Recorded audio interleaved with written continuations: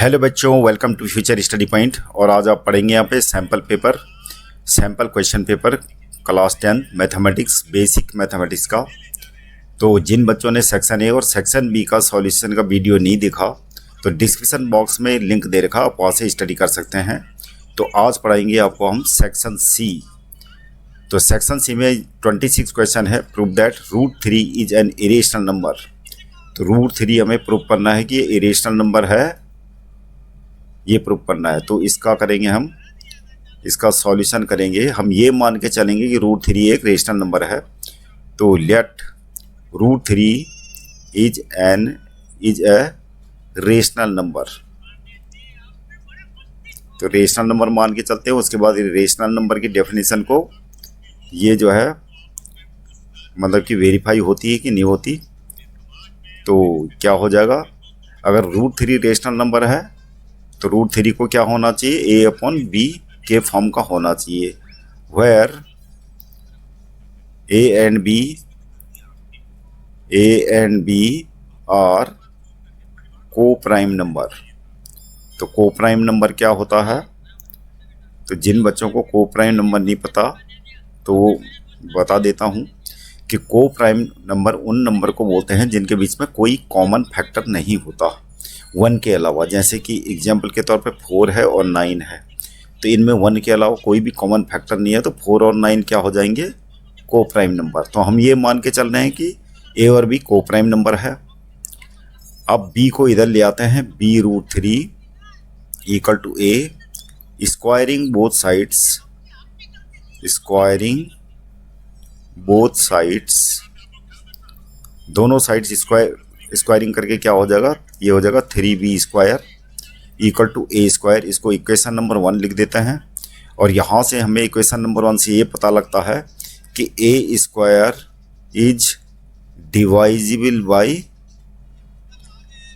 3, क्योंकि a² का एक फैक्टर क्या है, 3 है, तो इसलिए a² 3 से डिवाइड होता है। इस बात का पता लगता है हमें इक्वेशन नंबर 1 से।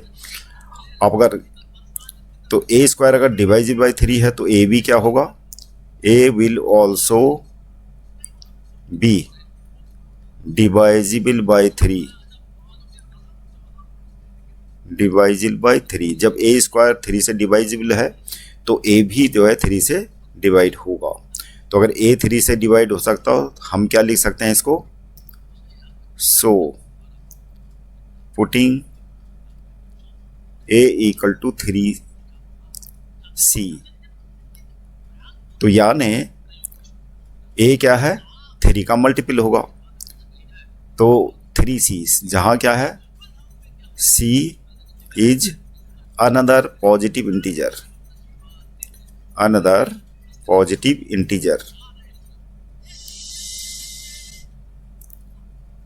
और ये वैल्यू हम कहाँ रख देते हैं, इक्वेशन नंबर 1 में।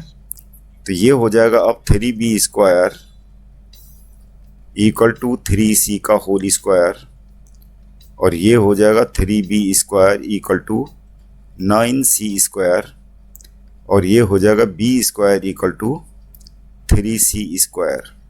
इसको इक्वेशन नंबर 2 लिख लेते हैं। अब यहाँ पर भी वही चीज़ हो गई जो यहाँ पर हमें जो कंक्लूजन यहाँ पे मिला वही हम दोबारा मिलता है कि b² इज डिवाइजिबल बाई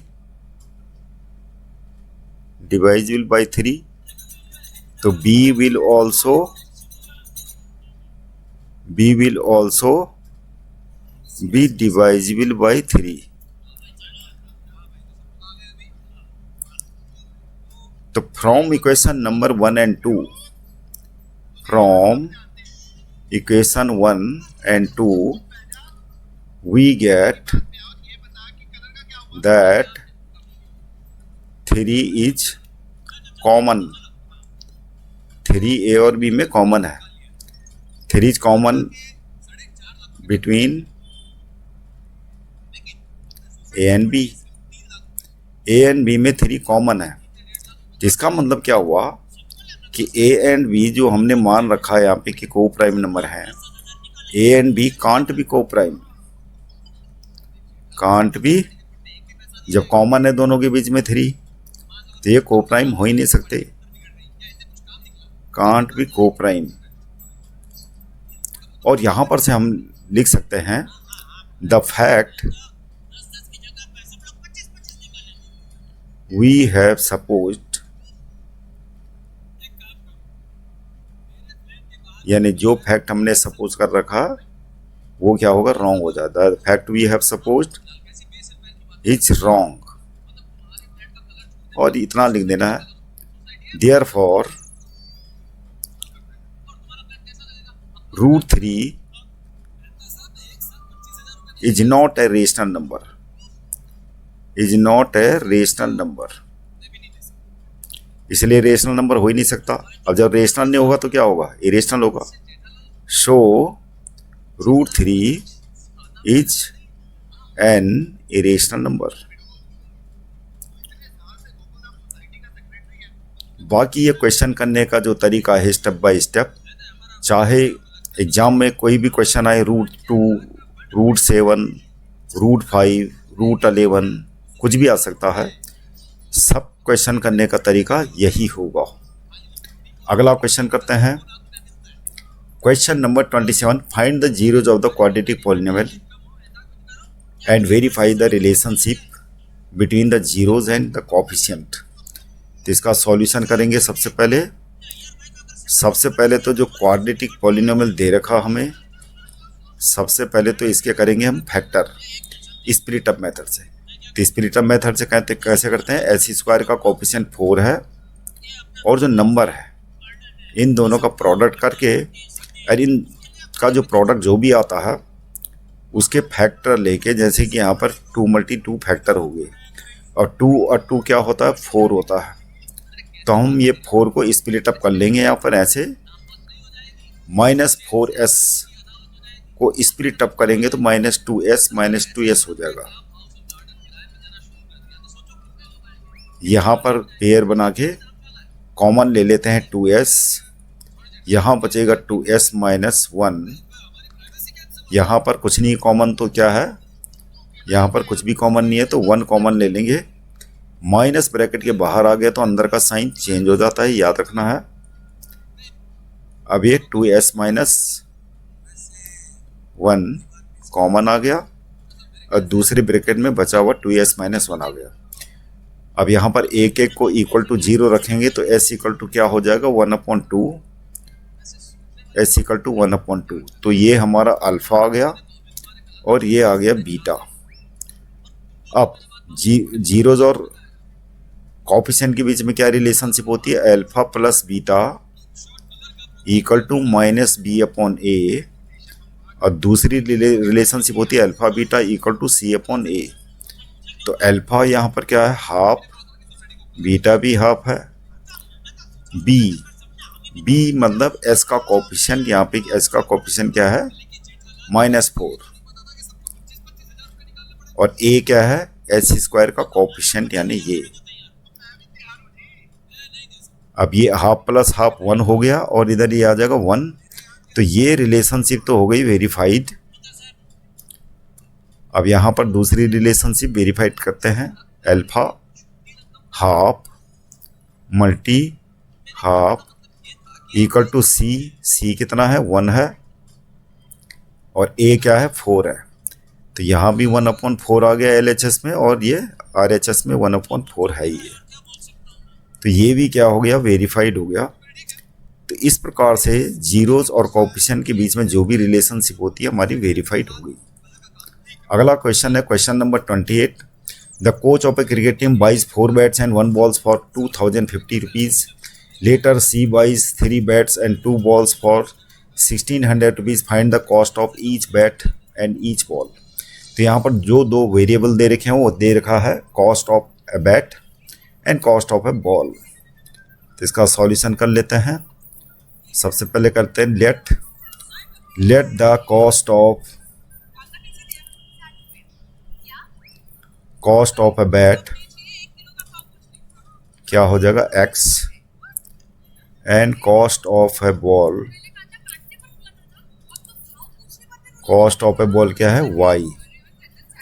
अब यहाँ पर पहली कंडीशन में क्या है, तो first condition, according to first condition, according to first condition क्या हो जाएगा,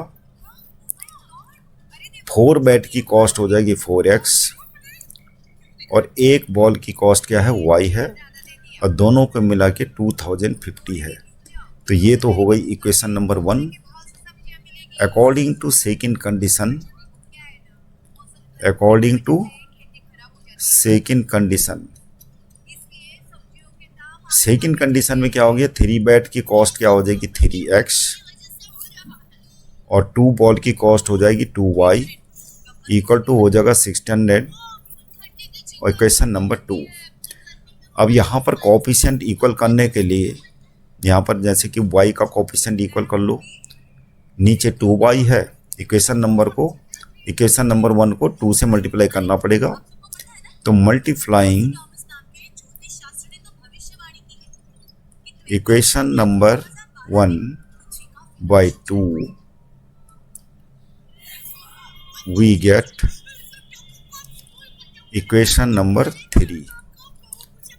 तो इक्वेशन नंबर 1 को 2 से मल्टीप्लाई करते हैं, 2 4 जा 8x प्लस 2y और इक्वल टू क्या हो जाएगा 4100। अब ये इक्वेशन नंबर 1 मॉडिफाई होके बन गई इक्वेशन नंबर 3 और इक्वेशन नंबर 2 से इसको सब्ट्रैक्ट करते हैं। तो यहाँ लिखना पड़ेगा and subtracting equation 2 from it, ये लिख लेंगे। तो इसके नीचे हम इक्वेशन नंबर 2 लिख लेते हैं।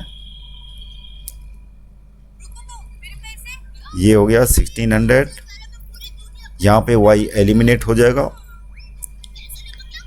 ये हो जाएगा 5x और ये हो जाएगा 2500। तो इस प्रकार x इक्वल टू 500 आ गया। अब x की वैल्यू रख लेते हैं किसी भी इक्वेशन में, यहाँ रख लेते हैं इक्वेशन नंबर 1 में, putting x equal to 500 in equation number 1। तो ये हो जाएगा 4 × 500 प्लस y इक्वल टू 2050। तो y इक्वल टू इस तरफ ये 4 की मल्टीप्लाई 500 में होगी तो 2000 हो जाएगा और ये हो गया -2000, तो ये आ गया 50।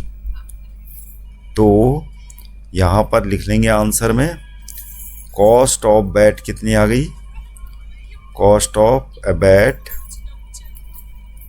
आ गई इक्वल टू 500 रुपीज़ और cost of A ball, cost of A ball कितनी आ गई इक्वल टू 50 रुपीज़ आंसर। अब करते हैं अगला क्वेश्चन। ये क्वेश्चन चॉइस का है। इस क्वेश्चन के साथ में a lending library has a fix charge for the first 3 days and an additional charge for each day thereafter. Sarita paid 27 rupees for a book kept for 7 days, while Susie said paid 21 rupees for the book she kept for 5 days. Find the fixed charge and the charge for each extra days. तो हमारे पास जो variable है, एक तो fix charge है और एक charge for each extra day. तो इनको पहले लेट कर लेते हैं, जो दो वेरिएबल हैं जो पूछा रहता तो वो हम यहाँ पे लेट कर लेते हैं। लेट फिक्स्ड चार्ज, तो फिक्स चार्ज कितना है, फिक्स चार्ज है, लेट कर लिया हमने x and charge for each, charge per day लिख लेते हैं, चार्ज पर डे एक्स्ट्रा। तो क्या हो जाएगा, वो उसको y मान लेते हैं। अब जैसा क्वेश्चन में बोल रहा है, सरिता पेड 27 रुपये फॉर बुक केप्ट फॉर, यानी सरिता 7 डेज के लिए रखती है। अब 3 दिन का तो चार्ज लगेगा नहीं, 4 दिन का चार्ज लगेगा, तो एक तो फिक्स चार्ज तो ऐड होगा ही होगा। तो according to first condition, according to first condition क्या हो जाएगा, ये तो फिक्स चार्ज लगेगा और बचे हुए जो 7 डेज यानी 7 माइनस 3 डेज का तो लगेगा नहीं, और पर डे का चार्ज है वाई, तो एक्स्ट्रा डेज हो गए 4, और कुल मिला के कितने पैसे देता हो 27 रुपीज़। तो ये इक्वेशन बन जाएगी हम x plus 4y equal to 27, equation number 1। दूसरी कंडीशन में क्या बता रहा है, सुशी कितने दिन के लिए रखती है, 5 डेज के लिए। तो अकॉर्डिंग टू सेकेंड कंडीशन तो ये हो जाएगा x प्लस, और वैसे ही करना है 7 माइनस नहीं 5 माइनस 3 बचे एक्स्ट्रा डे 2, 5 डेज के लिए रखती है, 3 दिन का चार्ज तो फिक्स है, और बाकी एक्स्ट्रा डेज रखा है उसने 2 डेज, तो 2 डेज के चार्ज क्या है, मतलब पर डे के चार्ज y है, तो x प्लस 2y हो जाएगा इक्वल टू 21। ये हो गया इक्वेशन नंबर 2। अब इक्वेशन 1 से इक्वेशन 2 को सब्ट्रैक्ट कर लेते हैं, या इक्वेशन 2 से इक्वेशन 1 को सब्ट्रैक्ट कर लेते हैं। तो इक्वेशन 1 इसके नीचे रख लेते हैं, x plus 4y equal to 27, और सब्ट्रैक्ट कर लेते हैं, साइन चेंज हो जाएगा, 2y minus 4y minus 2y equal to हो जाएगा कितना 6, माइनस का माइनस से माइनस कैंसिल, तो y इक्वल टू ये आ गया हमारा 3। इसको किसी भी इक्वेशन में वैल्यू रख लेते हैं, पुटिंग x इक्वल टू नहीं y equal to 3 in equation 1। Equation 1 ये है x प्लस क्या है 4y, 4 मल्टी 3 इक्वल टू 27, तो ये आ जाएगा x इक्वल टू 27 माइनस 12 यानी कितना 15, यानी फिक्स चार्ज कितने हैं, फिक्स चार्ज हो जाएगा ₹15 and extra days charge for extra day कितना हो जाएगा ₹3। आंसर। अगला क्वेश्चन है question number 29। A circle touches all the 4 side of a quadrilateral ABCD, prove that AB plus CD equal to AD plus BC। NCERT का ये question है ये। तो यहाँ पर पहले तो क्वाड्रिलेटरल बना लेते हैं कोई, और इस क्वाड्रिलेटरल के साइड्स को टच करता है कोई सर्किल, तो सर्किल बना लेते हैं। क्वाड्रिलेटरल को नाम है ABCD जो हमें दे रखा है। तो यहाँ पर सबसे पहले गिवन में लिखना पड़ेगा, गिवन तो क्या दे रखा है, ABCD is a quadrilateral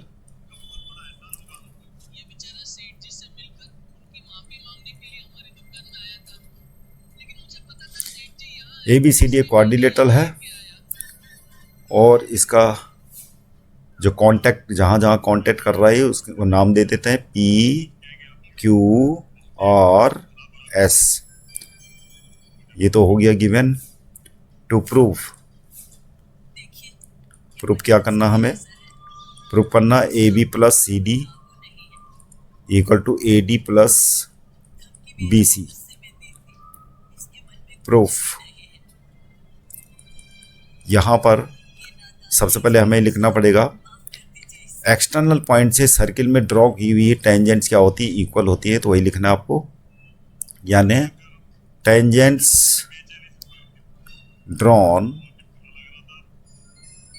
from an external point और इक्वल।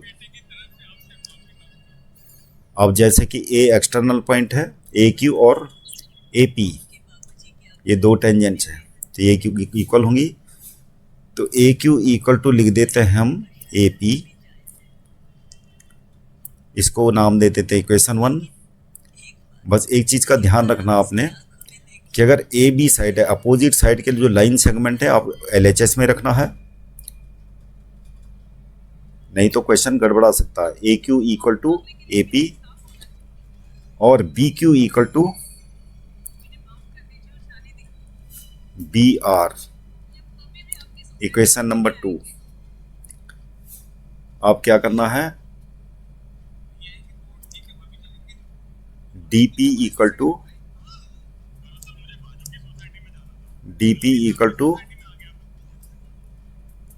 नहीं, DP नहीं लिखेंगे, DS लिखेंगे यार, मतलब कि अपोजिट साइड के लाइन सेगमेंट आपको LHS में ही रखना है।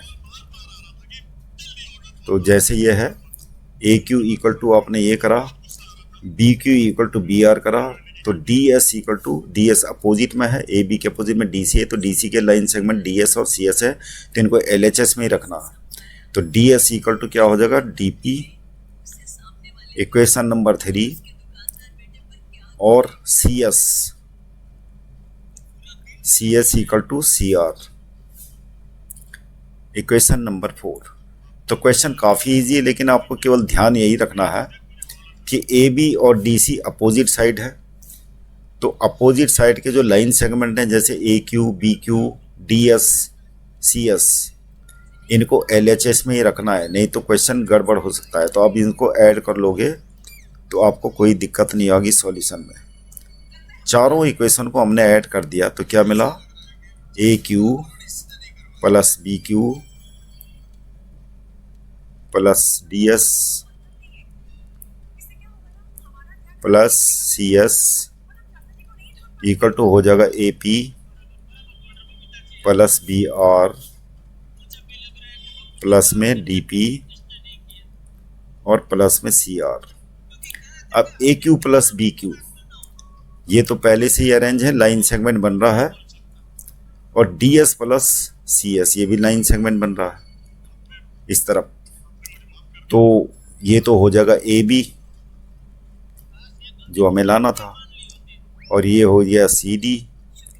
AP प्लस BR, इसको अरेंज कर लेते हैं। AP इधर है, AP प्लस, यहाँ पर देख लेते हैं कि पूरी साइड कौन कौन से लाइन सेगमेंट से मिलकर बन रही पूरी साइड, वो देख लेते हैं, उस हिसाब से हम ग्रुपिंग करेंगे। AP प्लस DP, AP और DP को इकट्ठा ले ले, साइड तभी बनेगी ना, AP प्लस DP ये है, AP DP इकट्ठा ले लेते हैं, और बची हुई साइड को दूसरे ब्रैकेट में रख लेते हैं, BR प्लस CR। अब AP प्लस DP कितना है, AD जो हमें लाना था, और ये हो जाएगा BC। इस प्रकार से हमारा ये क्या हो गया, प्रूफ हो गया, हेंस प्रूफ्ड। अगला क्वेश्चन है, proof that cosec theta minus cot theta का whole square equal to 1 minus cos theta है यहाँ पे। तो हम अंदर इसके ब्रैकेट के अंदर सोल्व कर लेते हैं, 1 अपॉन कॉसेक थीटा को साइन थीटा लिख लेते हैं, क्योंकि हमें RHS में कॉस थीटा चाहिए, तो इसको साइन कॉस में चेंज करना पड़ेगा LHS में, और कॉट थीटा को लिख देते हैं cos theta upon sine theta, और बाहर से क्या है स्क्वायर, अंदर LCM आ जाएगा तो क्या हो जाएगा 1 minus cos theta upon sine theta, और बाहर से स्क्वायर। अब इनको अलग अलग ले लेते हैं, 1 माइनस कॉस थीटा का होल स्क्वायर को 2 बार लिख लेते हैं ऐसे, और नीचे बचेगा साइन स्क्वायर थीटा, जब अलग लेंगे तो ये स्क्वायर आ जाएगा। अब साइन स्क्वायर थीटा क्या होता है, 1 माइनस कॉस स्क्वायर थीटा, तो इसको लिख लेते हैं 1 माइनस कॉस स्क्वायर थीटा। अब यहाँ पर A square minus B square वाली आइडेंटिटी लगा देते हैं, A square minus B square क्या होता है, A प्लस B और A माइनस B। तो ये आइडेंटिटी छोटी क्लास में आपने पढ़ा होगा, तो ये लिख लेते हैं 1 minus cos theta,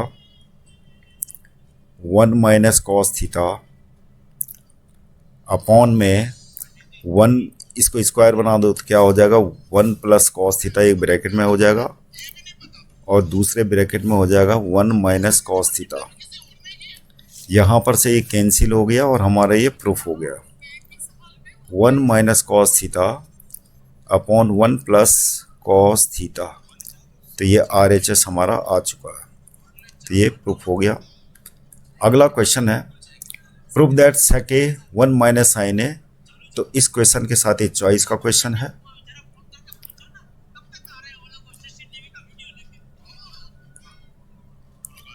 proof that sec A 1 minus sine A, तो इसमें भी क्या करना है आपको, साइन कॉस में चेंज कर देना है। तो यहाँ पर सेक ए को लिख देंगे 1 अपॉन कॉस ए, ये हो जाएगा 1 माइनस साइन ए, ये हो जाएगा 1 अपॉन कॉस ए, प्लस ये हो जाएगा sign A upon cos A. 1 minus sine A upon cos A, यहाँ पर एलसीएम ले लेते हैं कॉस ए, 1 प्लस साइन ए। अब ये हो जाएगा ऊपर 1 माइनस साइन ए, 1 प्लस साइन ए को लिख सकते हैं 1 स्क्वायर माइनस साइन स्क्वायर ए, और नीचे हो जाएगा कॉस स्क्वायर ए। अब कॉस स्क्वायर ए क्या होता है, 1 माइनस साइन स्क्वायर ए, अपॉन में कॉस स्क्वायर ए क्या होता है, 1 माइनस साइन स्क्वायर ए। तो ये कैंसिल करके कितना आ गया, 1, और ये भी प्रूफ हो गया। अब question number 31, a bag contains 6 red 4 black and some white balls. तो प्रोबेबिलिटी का क्वेश्चन है। तो क्वेश्चन में पूछ रहा है find the number of white balls in the bag if the probability of drawing a white ball is 1/3। तो हमें क्या पूछा है, नंबर ऑफ वाइट बॉल्स। तो ये लेट कर लेते हैं, let number of white ball equal to x। तो टोटल बॉल कितनी है, टोटल बॉल पहले से कितनी है, रेड इतनी है, ब्लैक कितनी है, और सम वाइट बॉल।